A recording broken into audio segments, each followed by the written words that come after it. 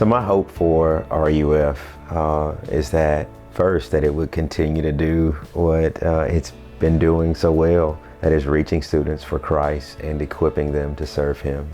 Secondly, continue to stay true to the scriptures and all that God has given us for a life of faithfulness and godliness has been deposited in the Word of God. Just continuing to marvel in the Word of God.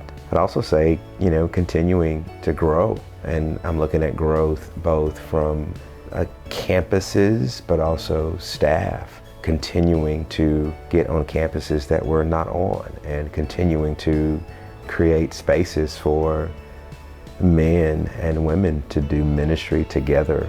Fourth, I'd also say that I'd love for RUF to grow in its diversity. There are campuses out there, historically Black campuses, where we'd love to have more campus pastors sent. And there's also immense diversity on some of our non-HBCUs.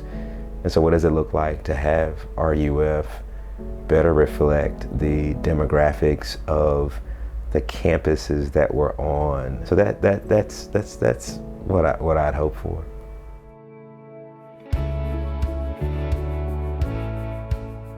One couple she got pregnant while she was in college. They were dating, but not too serious. And, she had her baby and still remained connected to her group. He slowly began to kind of hang around, and she already knew Jesus. And then her now husband came to know the Lord. One night we were coming from dinner and I get a phone call from him. And he says, Pastor L, he says, I want to marry her. And will you do our counseling and will you do our wedding?